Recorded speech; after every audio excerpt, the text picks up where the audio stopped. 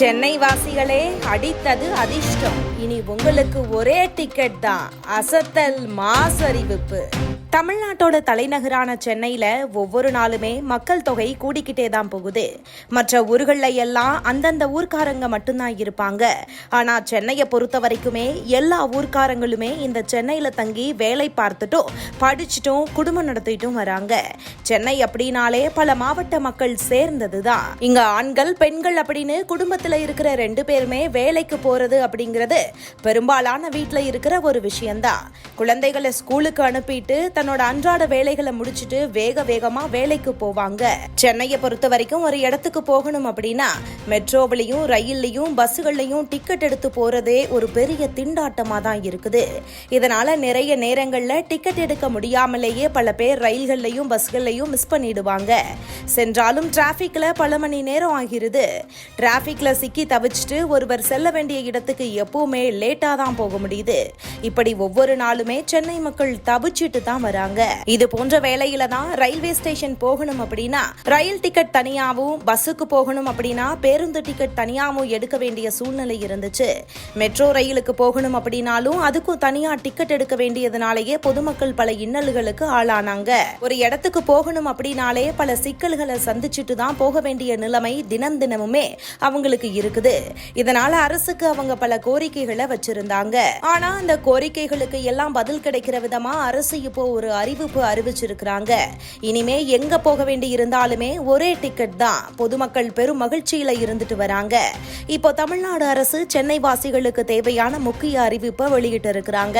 சென்னை புறநகர் ரயில், metro rail, பேருந்து அப்படின்னு அனைத்திலுமே ஒரே டிக்கெட் அப்படிங்கிற முறையை அமல்படுத்துவதாக அறிவிச்சிருக்கிறாங்க. அதுவுமே வர ஜூன் 2வது வாரத்துல அமலுக்கு வரும் அப்படின்னு அதிகாரிகள் தரப்புல தெரிவிச்சிருக்கிறாங்க.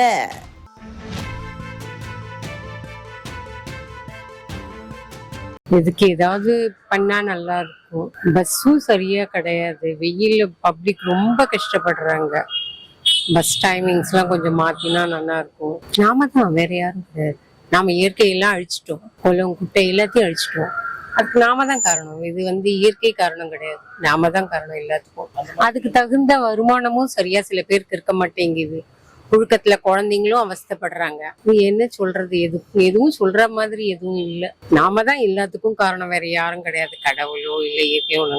நம்ம பழைய நிலைமைக்கு வந்தாதான் இதோட சீற்றம் குறையும்.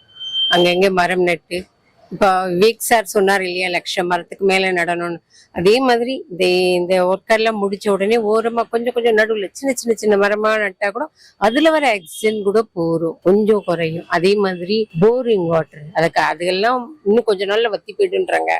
மறுபடியும் குளம், ஏரி அதெல்லாம் கொஞ்சம் தூர்வாரி பண்ணா அதெல்லாம் கொஞ்சம் நம்மளால முடிஞ்சது. இயற்கை கொஞ்சம் நம்ம பக்கம் எடுத்தோம்னா ஓரளவுக்கு, ஓஹோன்னு இல்லைனாலும் ஓரளவுக்கு நம்ம தாக்கம் பிடிக்கலாம். அதுக்கு சொல்லிட்டேனே, நாம தவிர வேற யாரும் காரணம் இல்லை.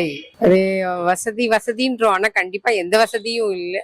ஏதோ நம்ம மிஷின் மாதிரி காலையில நம்ம ஃபேன் போட்ட சுவிட்ச் எப்படி சுவிட்ச் போட்ட ஃபேன் ஓடுறதுல அது மாதிரிதான் நம்மளும் காலையில எழுந்துக்கணும், பணம் சம்பாதிக்கணும், கடன் அடைக்கணும், குழந்தைங்களுக்கு செய்யணும். இதுதான் தட்சால், வேற எதுவுமே கிடையாது. வராத ஒரு வெயில் இந்த வருஷம் வந்திருக்குது. எந்த வருஷமுமே இந்த மாதிரி வெயில் வந்ததில்லை. இந்த வருஷம் ஒரு வித்தியாசமான வெயில். எப்படி கனத்த மழை எப்படி பெஞ்சு நம்மளை இது பண்ணிச்சோ அதே மாதிரி இப்போ நமக்கு இந்த வெயில் அதே மாதிரி இருக்குது. வெயிலில் சமாளிக்க முடியல. ஏன்னா எப்படிதான் ஜீவிக்கிறதுன்னு தெரியல. நைட்டில் தூங்க முடியல, சரியான புழுக்கமாக இருக்குது. அதோட இங்கே கடல் காற்று வேறு அடிக்கிறதுனால இன்னும் வெப்பம் ஜாஸ்தி. நமக்கு உடம்பெல்லாம் ப்ரெஷர் பாயிண்ட் மாதிரி கையெல்லாம் ஃபுல்லாக சேப்பா தட்டாக வந்துருச்சு. ரொம்ப பாதிப்பு தான். இந்த வருஷம் வெயில் ரொம்ப பாதிப்பு தான் எல்லாருக்கும்.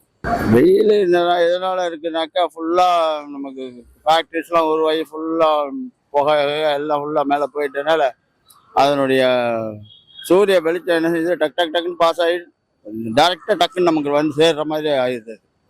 ஒரு லிங்க் ஒன்று இருந்துச்சுன்னா எப்படி லிங்கை தொட்டோம்னா சரன்னு பாஸ் ஆகுதோ அந்த மாதிரி இந்த புகையுடைய மண்டலம் ஃபுல்லாக மேலே போனவுடனே அதனுடைய ஹீட்டில் அப்படி அது தொட்டு ஃபுல்லாக ஹீட் நமக்கு உடனே பாதிப்பு வந்து நிறைய ஃபேக்டரிஸ் இம்ப்ரூவ் ஆகிருக்கல, மரங்கள் வேற இல்லை.